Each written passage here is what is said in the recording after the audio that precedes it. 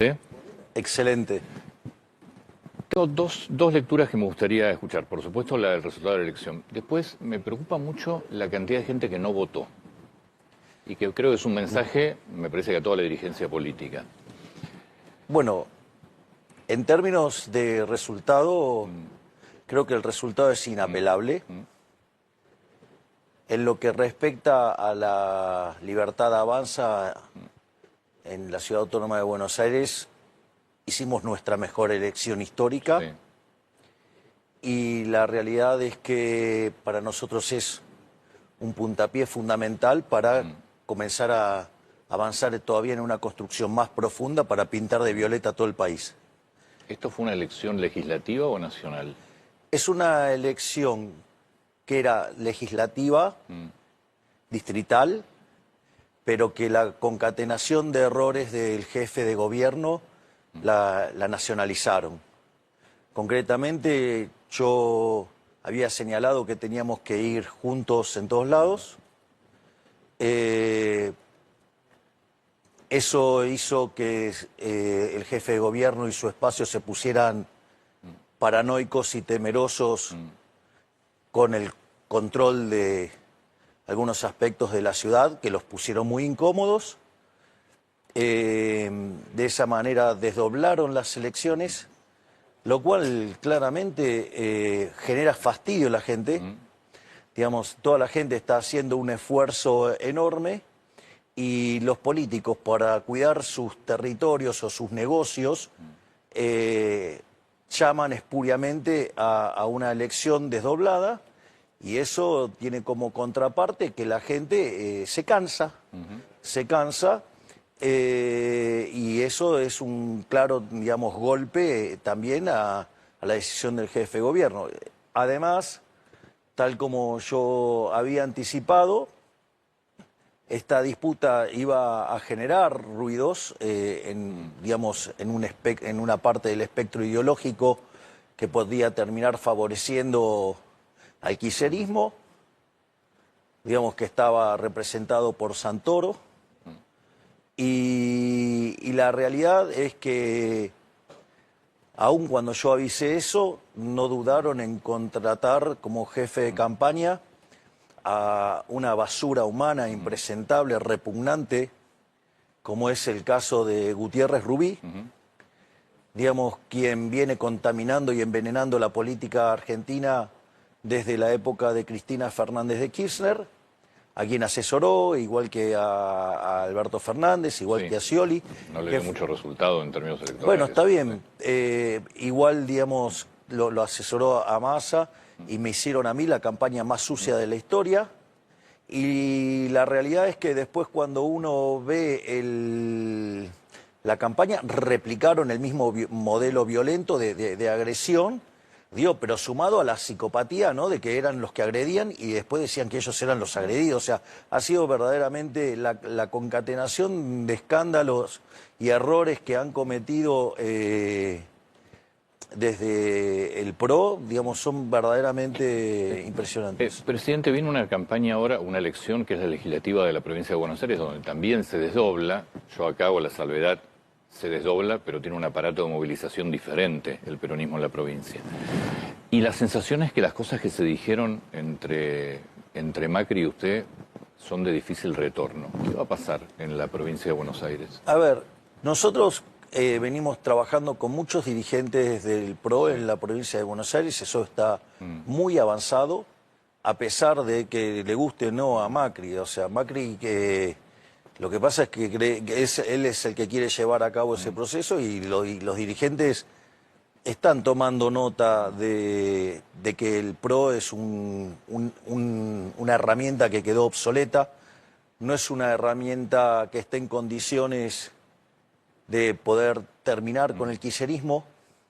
Además, en ese sentido, son muy parecidos al kirchnerismo porque son parte del partido del Estado. Fíjese, Antonio, que durante la campaña, si yo le digo, por ejemplo, esta política, no hay que tocar el Estado, no a la motosierra. Digo, en eso, Santoro, digamos, que es kirchnerista puro, digamos, coincidía, digamos, con los Macri. Si yo le digo ir con la obra pública, que es obvio que es un escándalo de corrupción, porque la plata está, pero digamos las obras no aparecen. Digo, ¿qué diferencia hay entre lo que propone el kirchnerismo y lo que propone el PRO? Ninguna. Es más, algunos candidatos del PRO proponían ingreso mínimo universal. Es una propuesta directamente de la izquierda. Una candidata proponía controlar las tasas de interés, o sea, digamos, bien, digamos, Pero entonces, ¿qué espacio hay de negociación con el PRO? Por lo que usted define, es más razonable una alianza pro-kirchnerismo que el pro-Libertad Avanza. Bueno, hay alguna parte del PRO que se tiene que sincerar y decirle a la gente que los estafó, que son unos estafadores y que en realidad se pusieron de ese lado para ver si podían ganar una elección y pegar un cargo, pero que igual siguen teniendo ideas de izquierda.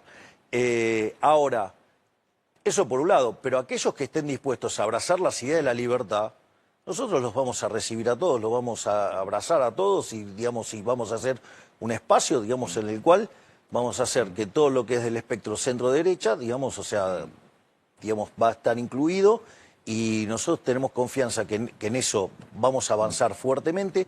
Las negociaciones están muy avanzadas y nosotros creemos que en la provincia de Buenos Aires vamos a dar otro batacazo. Bien, eso es con dirigentes. Usted dijo en las elecciones, ayer cuando fue a votar, después de la denuncia de Macri sobre el uso de inteligencia artificial, campaña sucia por un video que se publicó en redes, usted dijo que Mauricio Macri estaba...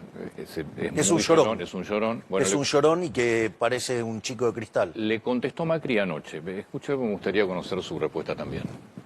Sí, lo escuché. Sí. Yo le diría, yo le hago un acuerdo, le hago una propuesta, ¿no? Yo le hago una propuesta, Javier, porque sí. por ahí lo vean anoche, ¿no? Sí, sí. Digo, Javier, yo dejo llorar por las maldades y perversiones de tu entorno, y si vos dejás de llorar por las cosas que dicen los periodistas y los economistas, hacemos un acuerdo. Entonces digo, la realidad es esa, ¿no? Bueno, lo primero que me parece condenable es la primera parte de la declaración. Digamos, acusa a mi entorno de cosas que... Por un video final de... A ver, digo, yo entiendo que él para algunas cosas ya está grande y no las entiende. Su espacio parece que tampoco la entiende, o sea, porque evidentemente las redes sociales tienen una lógica. A mí, por ejemplo, ese video me lo pasó un periodista. Porque la verdad yo estaba trabajando con los temas de lo de las inundaciones, ¿no? Sí. De Zárate, Campana, y estábamos con Patricia Bullrich y con Petri. Yo, digamos, cuando aparecen este tipo de eventos, no voy al inicio, porque en realidad es un estorbo. Le cuento cómo es, si me lo permite. Por favor. ¿Qué es lo que pasa? Cuando yo llego a un lugar, toda la gente que está trabajando viene y me hace un reporte. Y todos se quedan durante el reporte. Eso puede llegar a demandar 3 o 5 horas según el tamaño del problema. Y esas primeras horas son cruciales para vidas humanas o digamos, o sea, o todo tipo, o animales o demás, mascotas. Entonces, es crucial ese momento. Entonces, entre hacer la del político inmundo que prioriza su foto para mostrarse como cercano a la gente, digamos, generando el riesgo que se pierdan vidas, bueno, yo prefiero que la gente especialista trabaje, que nadie los moleste y que en esas horas cruciales resuelvan problemas y yo, digamos, monitoreo desde afuera. O sea, entonces yo, digamos, estaba trabajando con ese tema. Un periodista, digamos, me manda un tuit, yo lo veo, le digo, la verdad que me parece súper gracioso, digamos, porque aparte está mal hecho. Sí, estaba bien hecho, sí. O sea, está hecho de un modo que, digamos, está claro que es una broma. Y en esa broma, además, al menos el tuit que me habían enviado, además quedaba claro que era una broma. Entonces, la verdad es que no entender el humor de las redes y con eso achacármelo a mí, digo, eso ya, digamos, o sea, primero es la verdad que bajo vienen de IQ para no poder entender un chiste de las redes. Segundo, digamos, acusar a tal vez fue el tuit que le enviaron a usted. En muchos casos se reposteaba esto diciendo Macri le pide a los Penato que se baje. Está bien, digamos, a ver, la peor campaña, digamos, de Macri a los Penatos se le hizo adelante de los periodistas, diciéndole que venía mal y que iba a perder. O sea, digo, que dejen de poner el carro delante de los caballos. Digo, además de que los Penatos eran una pésima candidata. Es decir, entonces, y al margen de que han mentido y han hecho campaña sucia y han jugado, digamos, han hecho del caso de Ficha Limpia una mentira enorme, digamos, con muchos periodistas cómplices que salieron que tenían ya la mentira armada. Más bien pasó lo del, digamos, que cuando perdemos la votación, porque digo, dicho sea de paso, era un proyecto, digo, que la puntada final la había hecho yo. O sea, y era un proyecto por el bronce, algo por lo que yo trabajo regularmente. Entonces, lo primero es, acomodemos las tantos de qué es perversiones, porque las perversiones vinieron de ese lado, que a mí no me vengan a psicopatear. Digamos, digo, porque si quieren, digo, me pongo yo más psicópata. Digo, porque, digo, aunque ellos sean los reyes del psicopateo. Ese es el primer punto. El segundo punto es, digamos, ¿qué llorar de los economistas? A ver, el track record es que Toto Caputo y su equipo viene acertando desde que iniciamos, y la gran mayoría de los economistas, todos cerraron todo. Entonces, la verdad, digo, además, el ingeniero Macri de economía no sabe nada. Por lo tanto, digamos, o sea, que haga ese reclamo, digamos, ¿qué quiere? ¿Proteger, digamos, actitudes como la del señor Lacunza, que iba y decía que tenía información confidencial del fondo para tirarnos tierra, y que cuando se empieza a filtrar algo, digo, nosotros ya lo sabíamos porque el presidente de esa institución había llamado a Toto Caputo para contarle lo que había pasado, llama y dice que eso no es, digamos, que él siempre habla bien de nosotros? O sea, digo, así le puedo nombrar varios economistas que juegan sucio. Pero por favor, y la otra es, y la defensa de los periodistas. ¿Por qué tanta defensa irá de los periodistas? ¿Qué son los periodistas a los que él, digamos, con los cuales interviene para, digamos, ensuciar y operar notas? Qué sé yo, no sé, digamos, o sea, no sé, el señor Joaquín Morales Solá, que es amigo de él y siempre replica las porquerías, digamos, que quieren operar desde el PRO. Por ejemplo, cuando nos operaron brutalmente, cuando fue el tema que a mí me hacen una nota sobre el tema del... Estoy dando una nota y entonces yo recomiendo al campo que liquide, porque nosotros habíamos enviado... Digamos, la baja de retenciones que la baja de retenciones será transitoria, o sea, y nosotros, digamos, cumplimos las cosas al pie de la letra. O sea, nosotros los beneficios que otorgamos, ya sean transitorios o permanentes, porque los podemos pagar. Si no los pudiéramos pagar, nosotros no hacemos estupideces. Entonces, en ese contexto, digo, por ejemplo, eso se operó como una amenaza al campo, y eso no fue así. Es más, esas bajas transitorias de las retenciones se hizo porque la situación del campo era muy complicada. Entonces, digamos, se le liberaron un montón de recursos justamente para que pudieran oxigenarse. Entonces, y fíjese esto, que Joaquín Morales Solá miente descaradamente sobre eso, y entonces el profesor de Pablo le dice... Joaquín, informate, y seguía insistiendo en eso. Y una de las periodistas, digamos, que tienen esa mesa, después al otro día salió a decir que yo, digamos, le voy con un garrote. O sea, lo que digo es, ojo, porque la forma en que han mentido, ensuciado. Entonces la pregunta es, ¿por qué pide clemencia por los periodistas? Salvo que sea que esos periodistas mienten a instancias de pedidos de él. ¿Es irreconciliable la relación con Macri, evidentemente, o no? No, yo no, digamos, algunas cosas... Por las cosas que se dijeron, ¿no?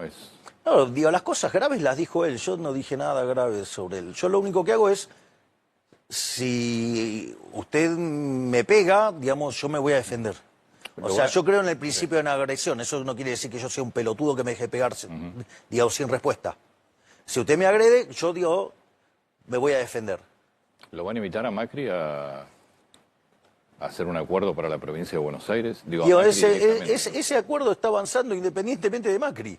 Eso está avanzado independientemente de Macri. ¿O acaso ignoran las fotos en las que estaba mi hermana, Sebastián Pareja, Lule Menem, Cristian Ritondo, el Colo Santilli y José Luis Espert? Digo, ¿que no las vieron las fotos? Esto va más allá de Macri. Usted insiste con un acuerdo de dirigentes. Sí, obviamente, claro. Y lo que pasa es que, bueno, quizás Macri deba entender que su momento pasó. Presidente, lo saco de la parte política. La semana pasada se esperó, lo decía el propio Adorni, el proyecto, no sé cuál va a ser el nombre, usted habla de revolución monetaria, Caputo habla de poder utilizar los dólares del colchón. Se esperó hasta la semana pasada, finalmente la semana pasada no estuvo. Había algunas versiones, una que la versión de ustedes, o la definición de ustedes para no contaminar la elección.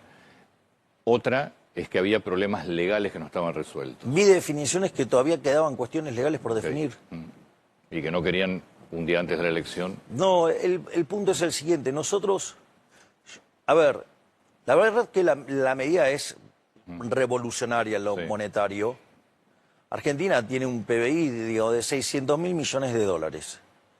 Y los argentinos en el colchón tienen, las estimaciones oscilan entre 200.000 y 400.000 millones de dólares. Quiere decir que oscila entre el 33 o el 66% del PBI.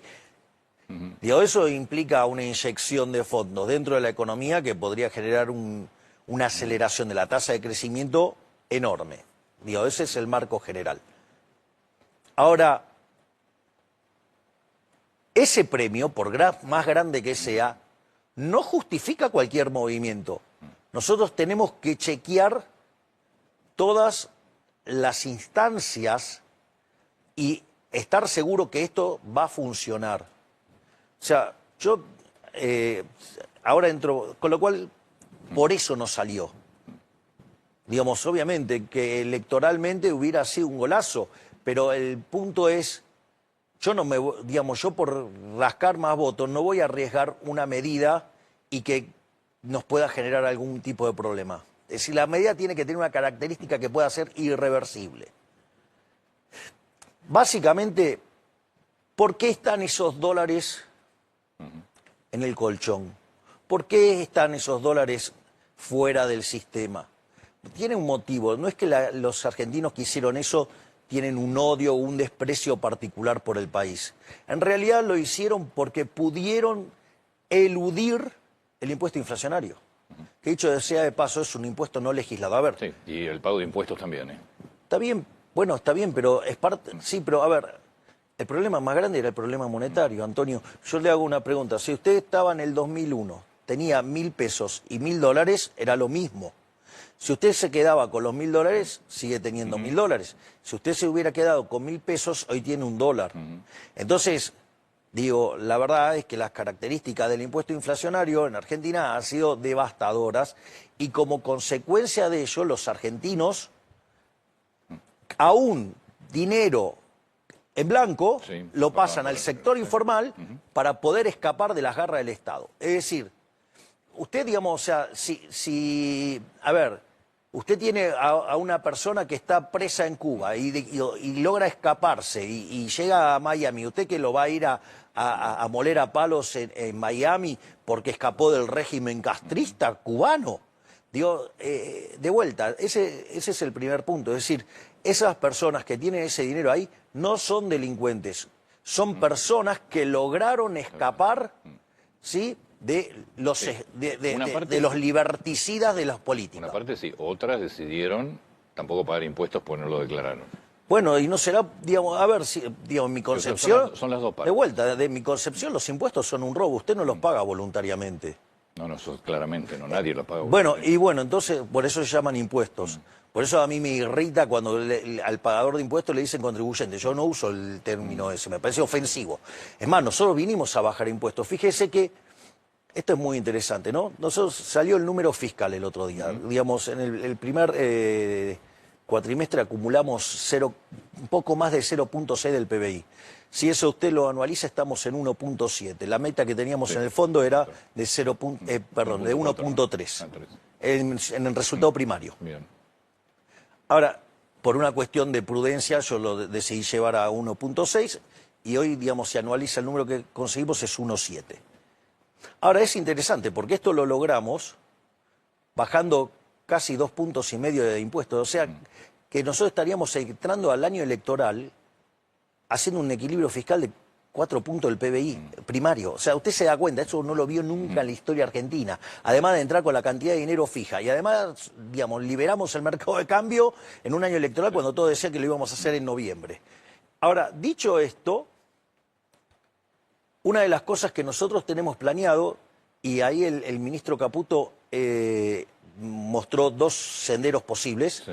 Dijo, si de acá a y suponiendo que estuviéramos 2 periodos, y la economía creciera al 6 y devolvemos 1,5 puntos del PBI por año, en ese caso, digamos, más conservador, le estaríamos devolviendo a los argentinos 420.000 millones de dólares.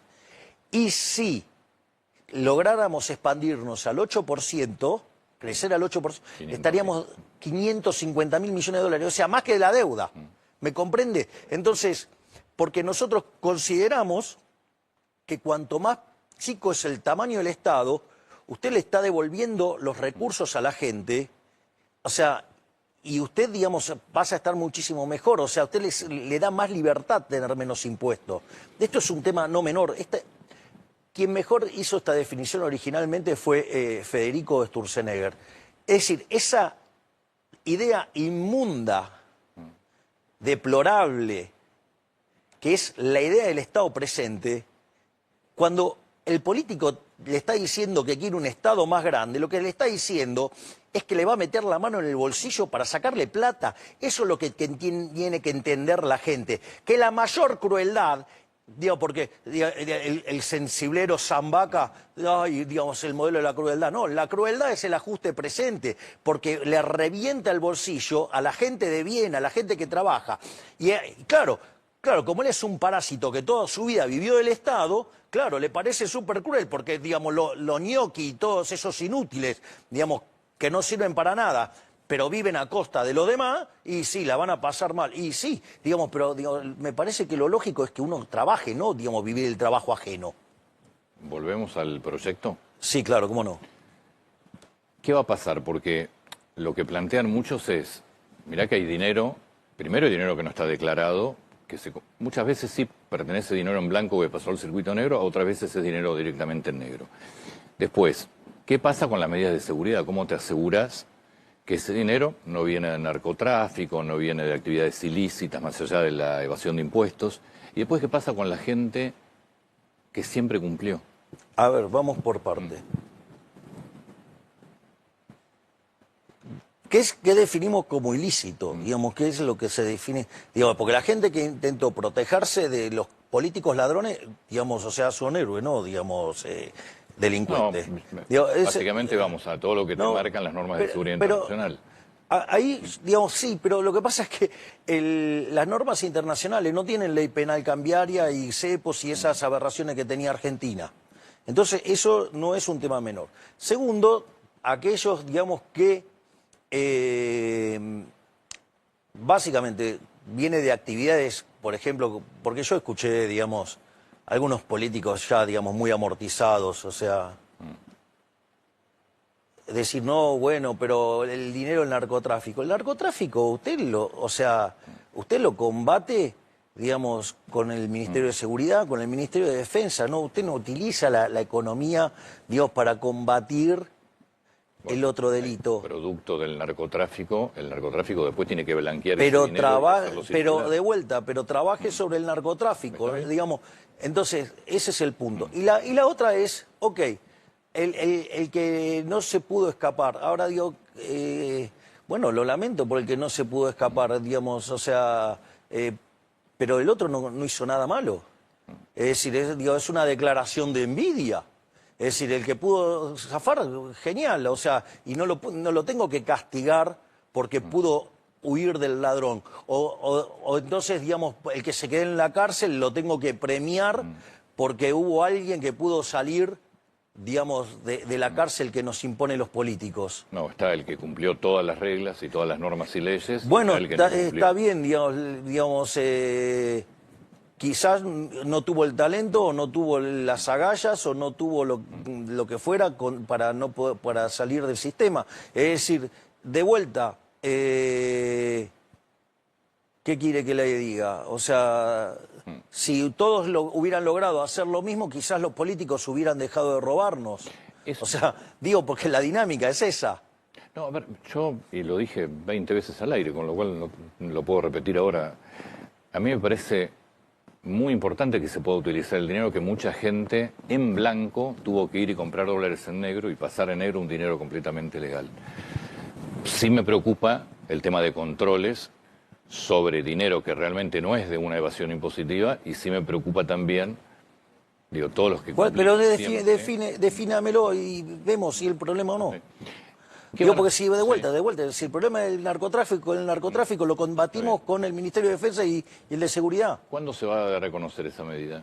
Se están trabajándose los detalles, digamos, con lo cual, cuando estén, digamos, nosotros de vuelta no nos vamos a apurar para sacar una medida. La medida va a estar cuando tenga que estar técnicamente impecable. Lo que sí le puedo contar es el porqué de la medida. Mire, el tema es el siguiente. En Argentina está pasando algo que no vio nadie, porque nadie tiene más de 123 años como para decir que lo vio. Es la primera vez en la historia argentina que usted tiene superávit fiscal, que usted tiene cantidad de dinero fija y al mismo tiempo tiene tipo de cambio libre. Originalmente había 3 anclas, que era el ancla fiscal, el ancla monetaria, esas dos siguen.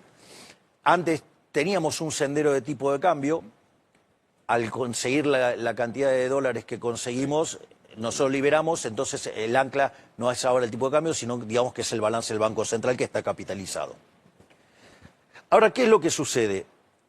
Nosotros solamente vamos a intervenir en las bandas. Y dentro de las bandas el tipo de cambio es libre. Sí, bandas que cada vez van a ser más grandes. Exactamente, porque cada vez implica mayor libertad. Entonces, ¿qué es lo que ocurre? En ese sentido, la única forma que usted tiene para monetizar la economía es, digamos, venderle pesos a cambio de dólares a quien, digamos, quiera pesos. Entonces, otro le diría comprar dólares, pero nosotros usamos la terminología de otra manera para que la gente lo racionalice mejor. Dicho esto, ¿cuál es el problema? Argentina, la cantidad de dinero no crece o cae, porque básicamente nosotros tenemos superávit fiscal. Nosotros, por ejemplo, recaudamos por mes 1/3 de la base monetaria amplia. Y encima hacemos superávit. Entonces, digamos, eso genera una situación de que la cantidad de dinero, digamos, se contrae. El otro elemento que sucede es que la monetización de Argentina es muy baja. La cantidad de dinero que tienen los argentinos en términos de PBI es muy baja. Debe ser 6,5 del PBI, debería estar entre 13 y 15. Evidentemente, toda esa monetización, digamos, en algún momento va a pegar un salto a la demanda de dinero y eso también va a traer una situación de que los precios vayan para abajo. Entonces, contraigo la cantidad de dinero, que genera un movimiento deflacionario. Aumento la demanda de dinero, me genera un movimiento deflacionario. Y tengo crecimiento económico, me genera un movimiento deflacionario, porque me hace aumentar más la demanda de dinero. Y como tengo la cantidad de dinero fija, que me desploma los precios. Dentro de esos precios está el tipo de cambio. Ahora, ¿qué es lo que pasa?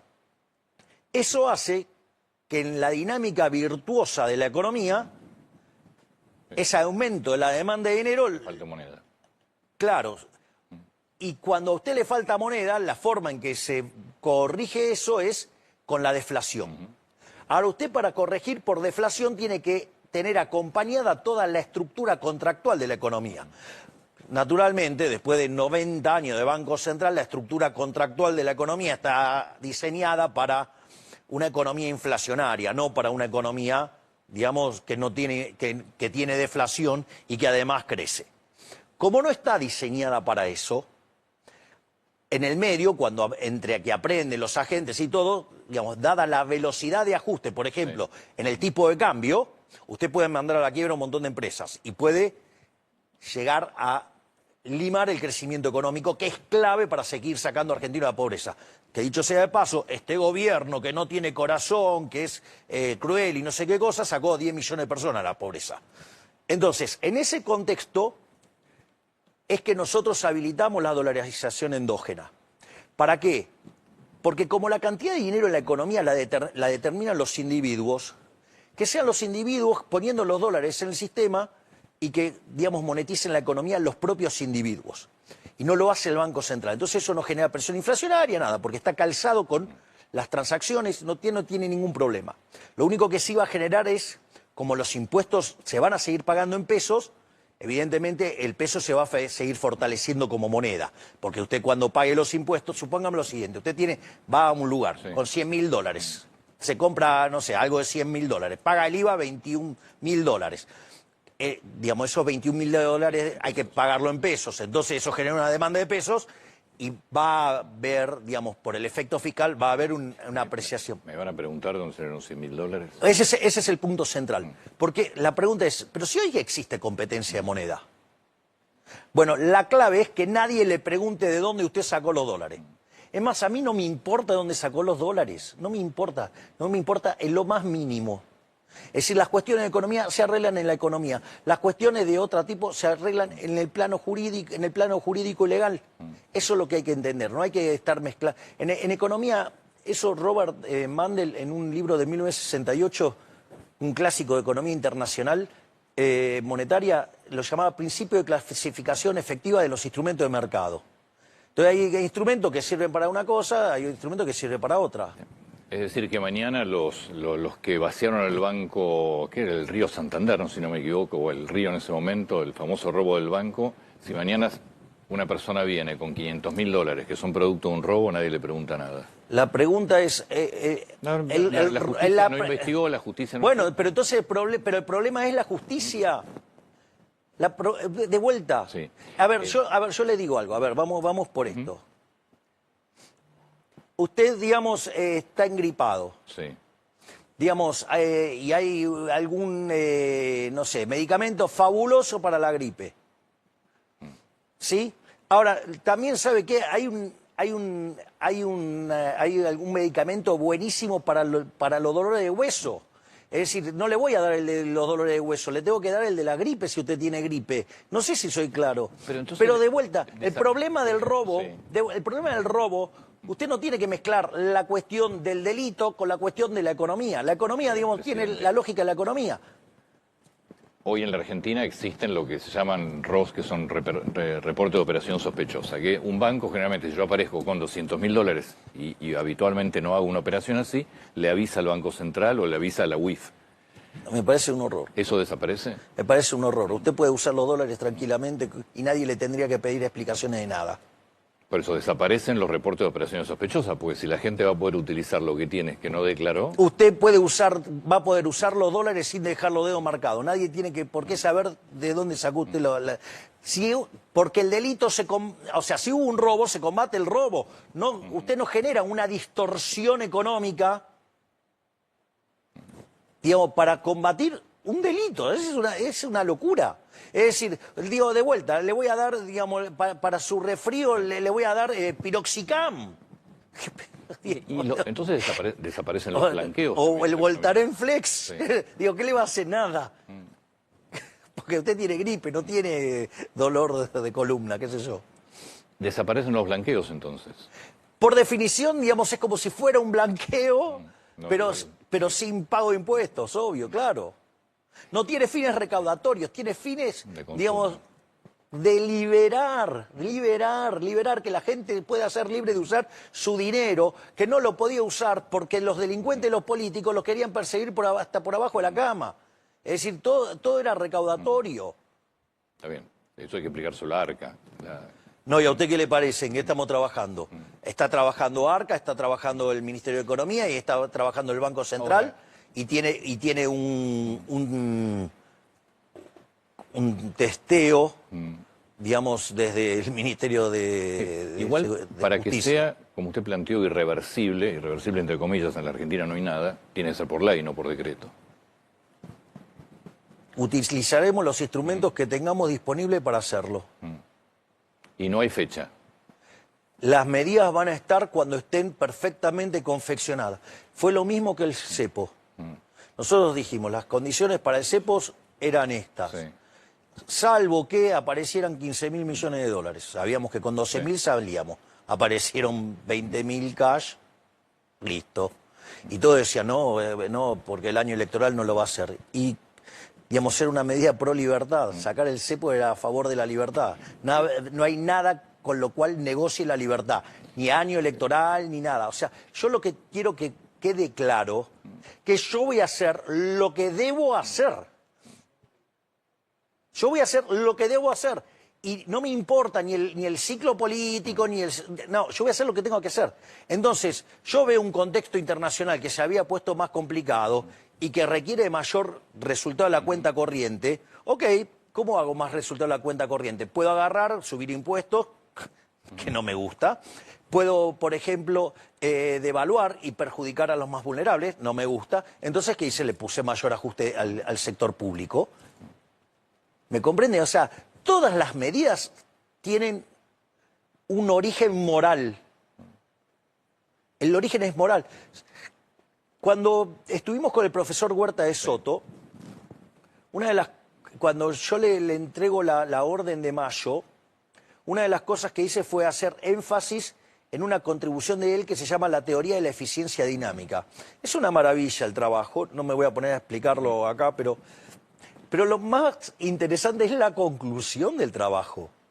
Porque usted, digamos, la eficiencia dinámica vendría a ser el contexto donde usted logra que haya un mayor crecimiento económico. Vendría a ser simplificado, ¿no? Caricaturizado, pero, digamos, divulgable. En ese contexto, ¿cuál es el arreglo normativo que genera esa mayor expansión? Y en realidad es abrazar las ideas de la libertad. Ahora, las ideas de la libertad tienen atrás de ello toda una concepción moral, filosófica, ética. Entonces, cuando usted respeta y abraza los valores de Occidente, usted puede no saber nada de economía. Pero si hace lo que corresponde en términos éticos y morales, usted tiene una economía próspera. De lo que se planteó en campaña, ¿qué falta? Nada, cumplimos todo. Esto es interesante, porque antes de abrir el cepo ya estábamos en 97% de cumplimiento, ya cumplimos todo. Digo, abrimos el cepo porque la competencia de monedas, que era lo que yo había planteado, está en marcha y la dolarización ocurre endógenamente. En la medida que la gente empiece... Porque la pregunta es ¿por qué hoy no ocurre? Bueno, justamente no ocurre porque la gente deja marcado a los dedos cuando gasta los dólares. Entonces... También es un problema de confianza, en una Argentina. No, bueno, digo, sáquele el arca de encima y va a ver cómo va a funcionar. Digo, esa es la realidad.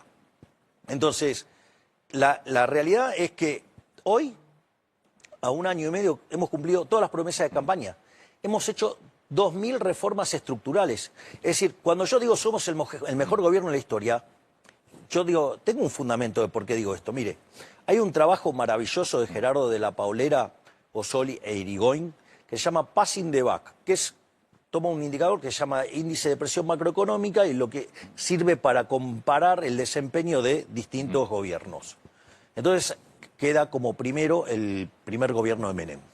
Bueno, nosotros reformas estructurales hicimos ya 20 veces más que las que hizo Menem, pero nada más que Menem en el primer gobierno 6 años, nosotros la hicimos en un año y medio.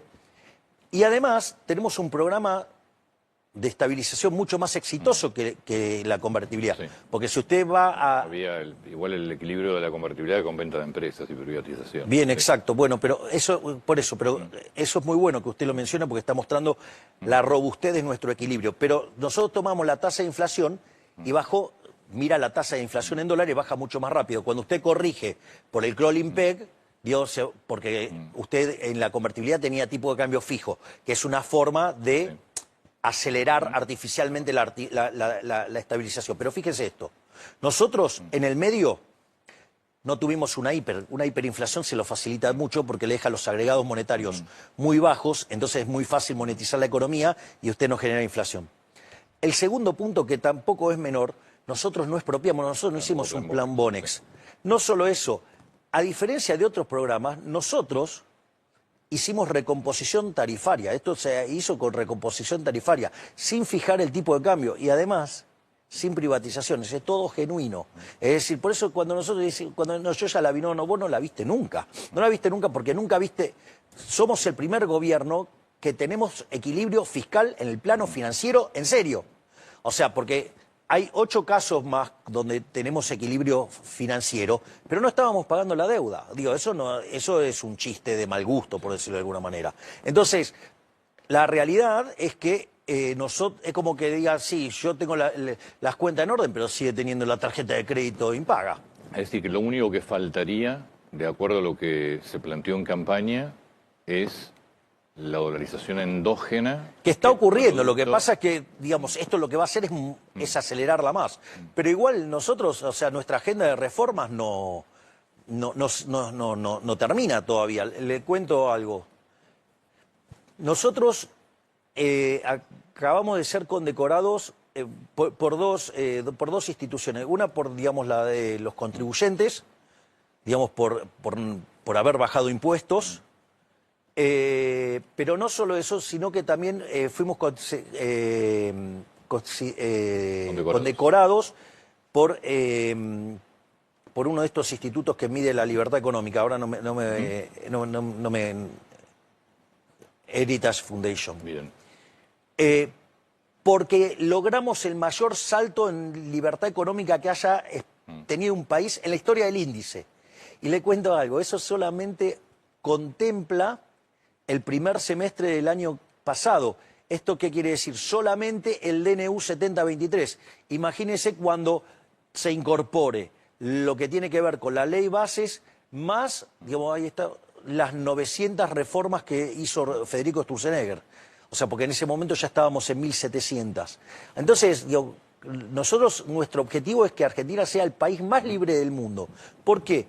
Porque aquellos países que son más libres crecen el doble que los países reprimidos, tienen un PBI per cápita 12 veces más grande, tienen 25 veces menos de pobre en el formato estándar, 50 veces menos de pobre en el formato extremo. Entonces, esa es la agenda es seguir haciendo reformas para ser cada vez más libres. Es decir, eso incluye reformas en todos los mercados y donde claramente la reforma más grande y más desafiante, por la cual nosotros necesitamos seguir cosechando apoyos, es en el plano impositivo. Por ejemplo, una de las cosas maravillosas que se le ocurrió a Toto Caputo es, por ejemplo, la del IVA. Separar el IVA nacional del IVA provincial. Entonces, digamos, se cobra un impuesto, la nación cobra el 9%. Y bueno, y después cada provincia que cobre lo que se le dé la gana. Con lo cual usted empieza a generar competencia fiscal. Fíjese lo que está, por ejemplo, pasando a niveles municipales, entre los que cobran distintas tasas, cómo, digamos, el Banco Nación, digamos, se va moviendo en función de esto. Y entonces, por ejemplo, Diego Valenzuela, que hace un trabajo enorme en 3 de febrero, está generando un montón de desplazamiento de inversiones hasta el 3 de febrero.